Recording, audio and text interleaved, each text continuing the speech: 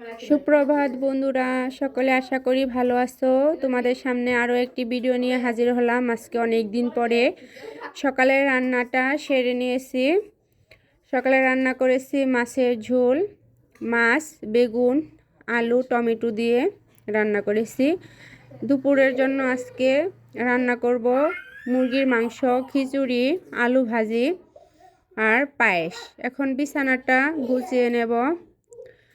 বিছানাটা বড় এলোমেলো হয়ে আছে। বাহিরের ওয়েদারটা খুব সুন্দর। আজকে খুব সকালে রোদ্রি উঠেছে। শীতের সকালে এই মিষ্টি রোদ অনেক ভালো লাগে। জানালাটা এখন খুলে নিলাম।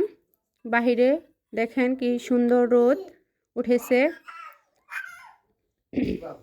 বাহিরে রোদ্রি, শীতের দিনে বাহিরে রোদ্রিতে বসতে খুব মজা লাগে।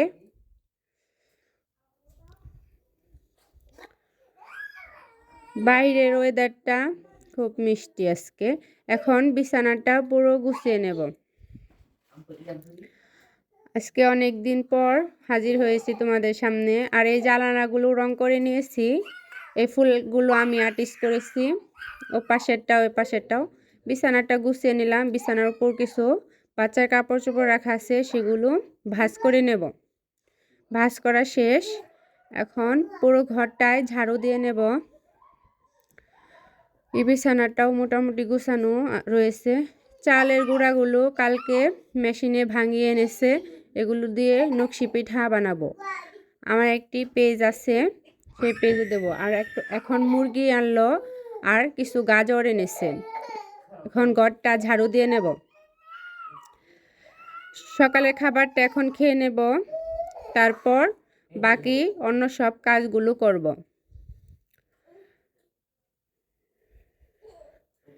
এখন মুরগি আর গাজরগুলো খাবার দাবার পর মুরগিগুলো কেটে নেব। এখন ব্লেন্ডারে ব্লেন্ড করে নিচ্ছি। পেঁয়াজ রসুন তারপর মরিচ, জিরা, আদা একসাথে মিক্স করে ব্লেন্ড করে নেব। ব্লেন্ড করা হয়ে গেলে বাকি সব অন্য কাজ করব। ব্লেন্ড করে নিচ্ছি। এখানে আজকে অনেক দিন পরে তোমাদের সাথে ভিডিও নিয়ে আসলাম। কিছু কারণ ছিল, সেজন্য এতদিন ভিডিও দিতে পারিনি। ব্লেন্ড করা হয়ে গেল। এখন মুরগিটা কেটে নেব।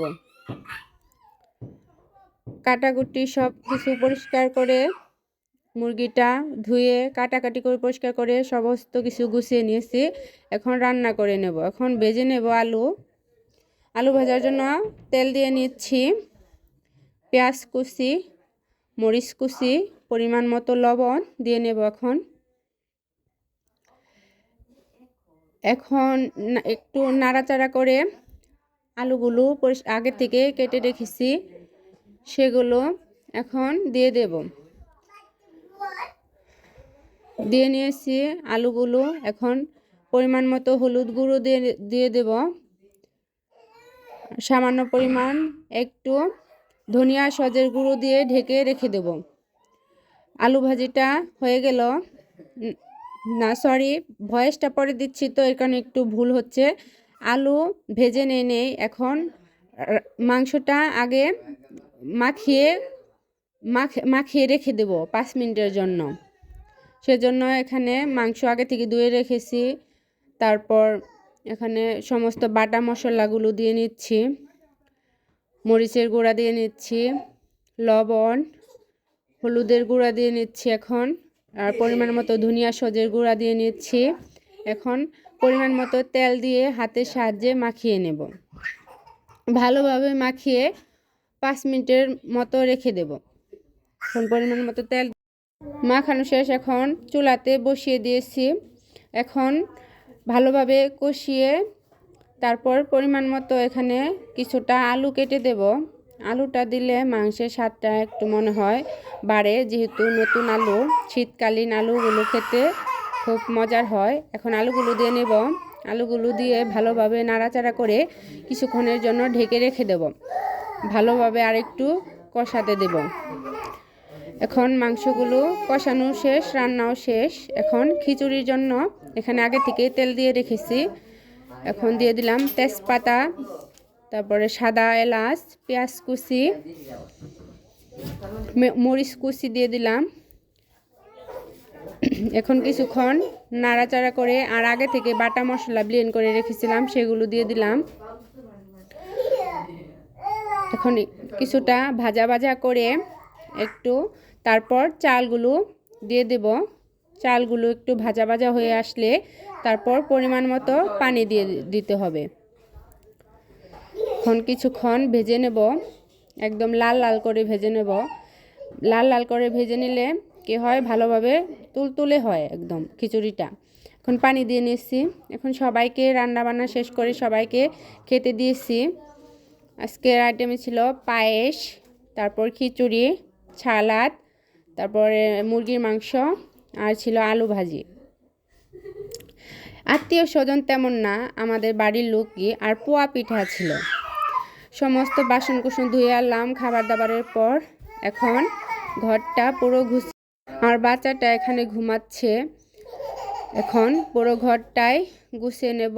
আর কালকে কিছু ফ্রুটস এনেছিল বাচ্চার জন্য, সেগুলো আজকে ঝুড়িতে ঢেলে রেখে দিলাম।